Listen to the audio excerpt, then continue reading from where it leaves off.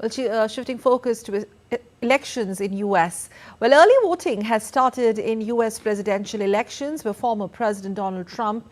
It's a tight contest between Vice President Kamala Harris and Donald Trump. Well, the campaigning is on in full swing for both the candidates. Final polling is scheduled on 5th of November. DD India's Amritpal has sent this report.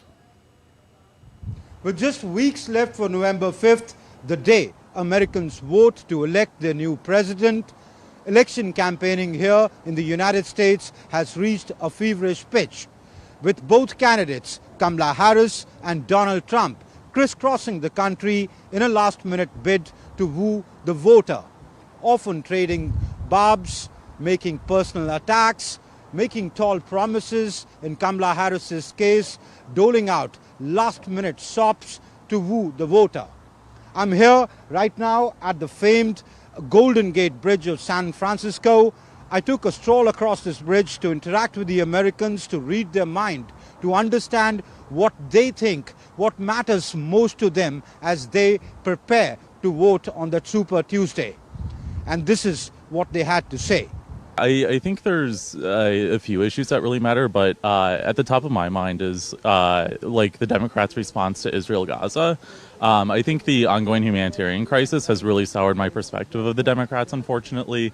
And I think that's difficult to imagine that like a Trump term would be worse given just like how much of a crisis the Middle East is in right now. There's a greater issue in reproductive rights when it comes to the two electees.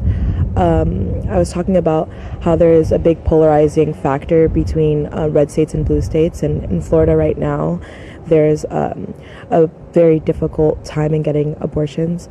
It doesn't matter how old you are and what your circumstances if you don't get it within. With inflation skyrocketing and the cost of living crisis worsening in the United States, according to the latest Pew research, 81% of the Americans say that inflation and economy will be a key factor in deciding their vote. The economy, expenses, the border. What about the economy? Everything's too expensive. Okay. It's going up. Bidenomics is not working. I think to have education is a right. And it should not be a privilege. I mean, there are people that could be in my place right now that would probably do a lot more, but they can't afford it, so yeah. The biggest issue really just has to do with the economy. One thing we've been seeing a lot in the markets recently is just food prices going up, but wages not matching that. So I think making sure wages are affordable for everybody, people can afford their food, people can sustain their families. I think that's a big issue that factors into my voting choices. One of the more explosive issues in this election season has been the issue of immigration, one of Donald Trump's key favorites. He continues to vilify immigrants in his rallies and debates, calling them rapists and murderers, while Kamala Harris has taken a more nuanced position, calling for a border security bill. Well, for me, it's our national security. I think especially in this era, the U.S. needs to take national security in a different degree than it has in the past 20 or 30 years. I want a party that has a clear and cogent path forward with our border in Mexico, as well as our whole immigration policy.